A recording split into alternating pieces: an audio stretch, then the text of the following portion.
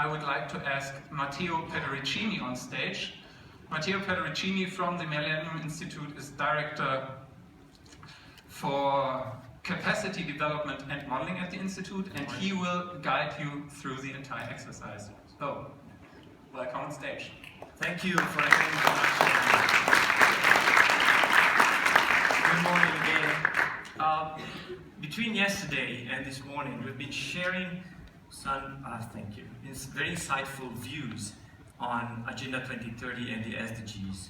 And what I retained out of the many good interventions is that either implicitly or explicitly, we have indicated Agenda 2030 as a very powerful framework to guide our sustainable development effort. At the same time, it's a very complex framework. We do have 17 goals, 169 targets, more than 200 indicators. Now, frankly, just remembering what each of the SDGs is about is quite a challenge.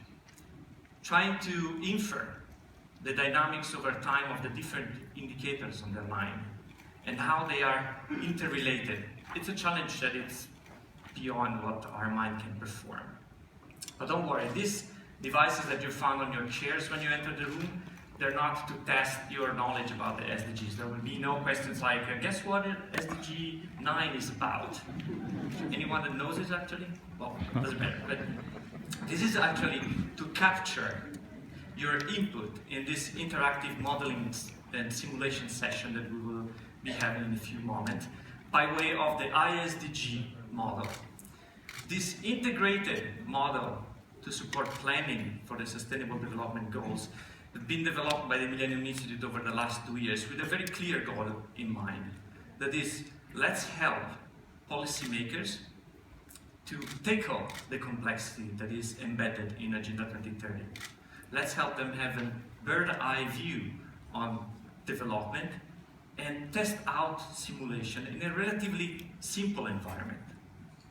So what you see here is actually not a PowerPoint, it's a user interface of the model.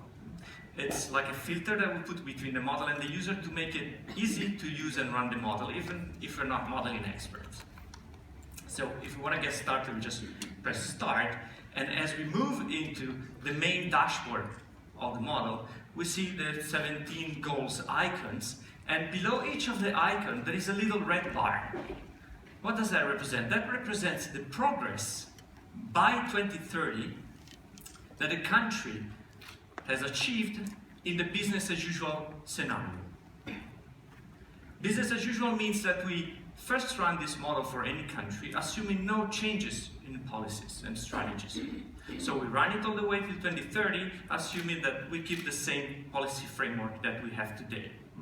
This is a demo that is based on a real country, an Eastern African low-income country, so it's based on real data. We'll not mention what country it is now because it's not really relevant for our exercise. But at first, I would like you to think a little bit, start thinking a little bit, which areas do you think it would be most interesting to invest here? And consider that underlying each of these goals here, we enter a place where we can set policies that are relevant to that goal.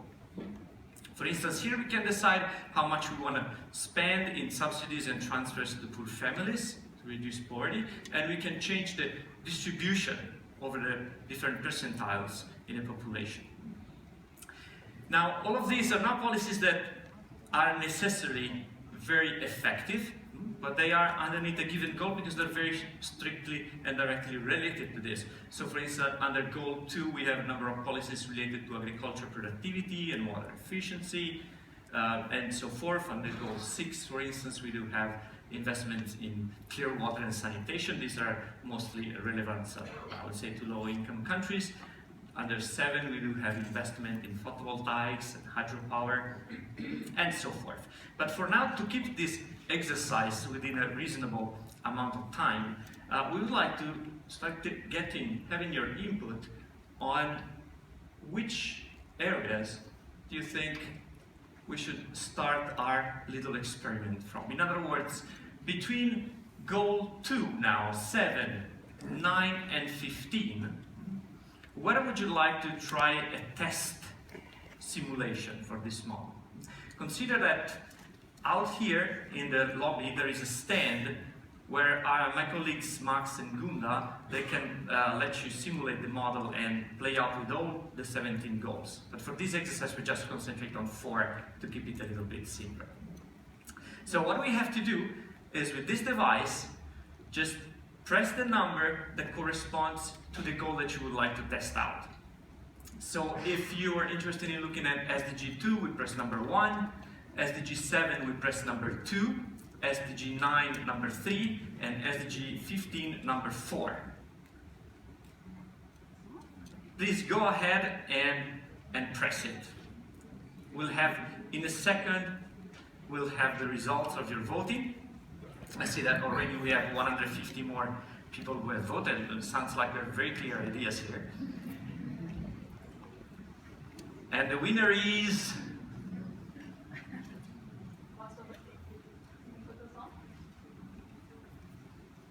Excellent, yes. So we have already a winner. By far, the most voted goal is number 2. So we'll start from that. So let's go in here and let's test this first policy that we have up here. This represents how much on top of the current expenditure we would like the government of this country to spend for agriculture training, so agriculture extension with a focus on sustainability. So here's the second question that we would love to have your input on. That is, how much do we think we should be invested in this initiative? So once again, we'll use our remote here to provide a number. If we press 1, that means we want to invest 0.1% of GDP. 2, 0.2, 3, 0.3, and so forth, up to 0. 0 is the maximum amount, is 1% of GDP.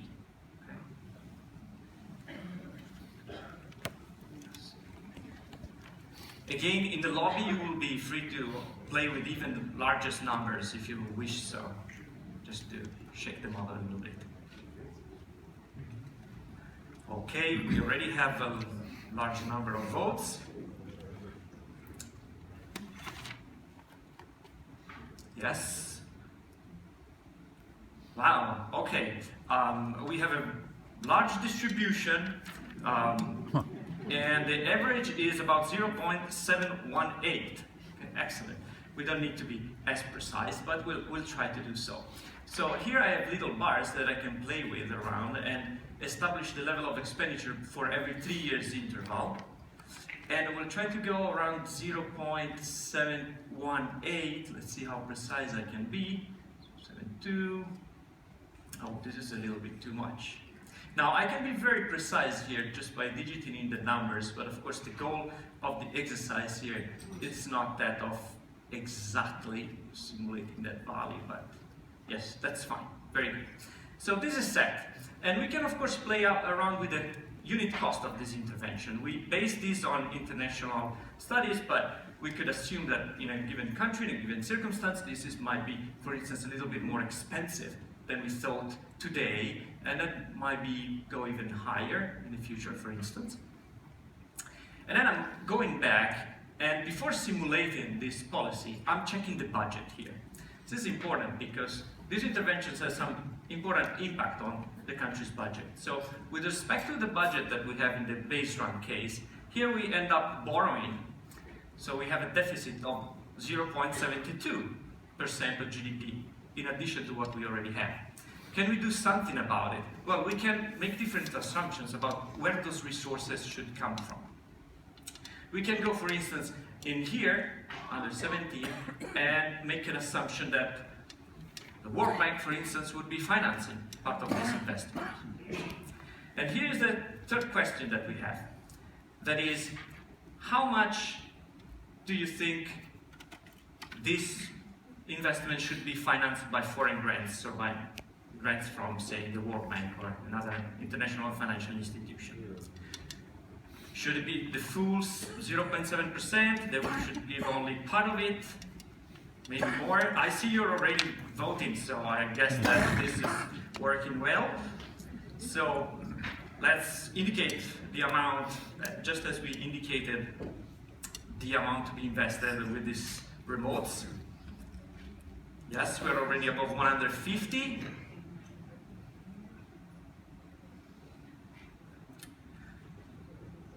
Yes, I think we can, this seems to have stabilized, we can have the average. Okay, so we have about 0.5%, so not the whole amount, but part of it should be financed through foreign grants. Let me try to strike the right amount here. Yes, just about this much. And as you see, as I'm changing this, the figures in the budget also obviously change, and we're moving towards a more budget neutral type of intervention. Very good. Well, nothing else we need to do. If we want to see the impact of this policy, we just press on the run button. The model will ask us, how do you want to call this simulation? I will just call it demo for simplicity. And then in a fraction of a second, the model simulates. Now the interesting thing, now we're back to the main dashboard, but underneath each of the goals, we have two little bars. The red one is the same bar as we had before. It's a result in the base run. The blue run represents results in our simulated scenario. Now, as we should expect, we do have some improvement on goal 2. So the blue bar is a little bit longer than the red bar. We do also have some little changes for the other goals. So let's try to see better what happened. And in order to do so, I go back into the goal here. But this time, instead of having the policy leverage, I have a causal map that shows from the point of intervention how the impact of our interventions reverberated through the system. So what we've been doing is to increase the area that is sustainably managed.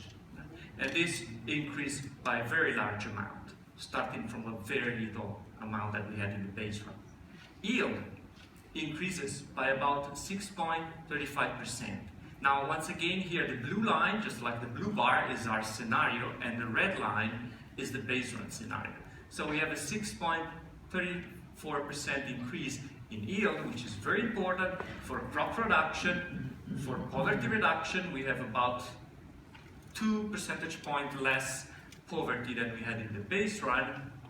We also have a little improvement in terms of undernourishment. Undernourishment is going down faster.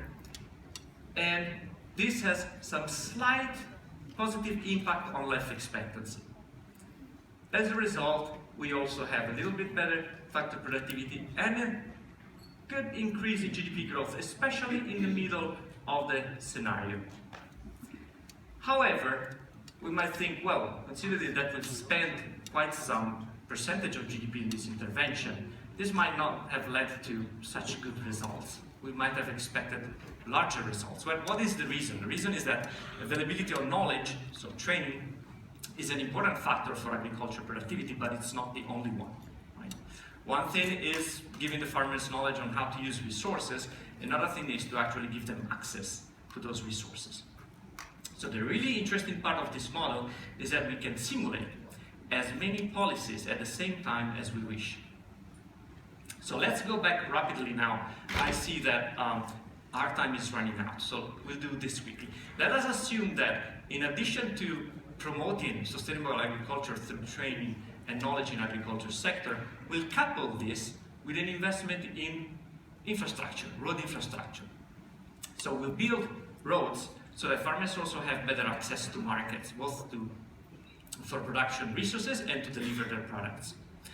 Now, let us assume we spend, just rapidly, some 0.5% on GDP on this. And we might as well, if we wish so, go back and increase the amount of grants that would be financing the intervention. Otherwise, we can always make different assumptions concerning financing. Of course, we could assume that we finance this by an increase in taxes of some nature, or that it's a public-private partnership, so the private sector will be paying part of this. But no time to do this now. So we just go ahead and run it. It's still our demo simulation. And now when we press run again, we see that we do have some improvement on goal 9, as we expected. We've been building infrastructure. We do have larger improvement than before on goal 2. So, and we have, of course, other important reverberations on goal 8, and some actual negative effect on goal 11. Let's see a little bit what's happening. First, if I'm clicking now on goal 2, this little very useful tool appears. This is our synergy assessment tool. It helps us understand it. When we see a change in performance for a goal or an indicator, it helps us understand where that comes from. So here we have all the areas of intervention, and we can see that in total we have a 22.3% increase on goal 2. Where does that come from? Well, most of it, 19%, comes from the interventions on goal 2 that we have implemented. But part of it, say this about 2.9%, comes from an intervention on roads. Now the very interesting part is that if we sum this together, it doesn't lead to the total. There is something else. And that something else is the synergy between the two policies. Because better training for our farmers is more effective if it's coupled with better access to market. Just the same policy, it leads to larger results than it would lead to if it's run in isolation. So, and this type of analysis we can perform for any indicator and goal in the model. Now, this is a very simple exercise, and I hope it conveys the sense that when we look at SDG policies, we cannot really adopt a silo approach, as we know, and that the interaction between the different goals and different indicators can be difficult to guess at first time. Now, of course, this tool is not perfect. As Tim mentioned, no model is perfect, no model is entirely right, but as more knowledge and more data will become available, we keep on continuously improving the tool, because we truly believe that our chances to achieve the SDGs have a lot to do with our abilities to develop integrated and coherent strategies. Thank you. Thank you very much.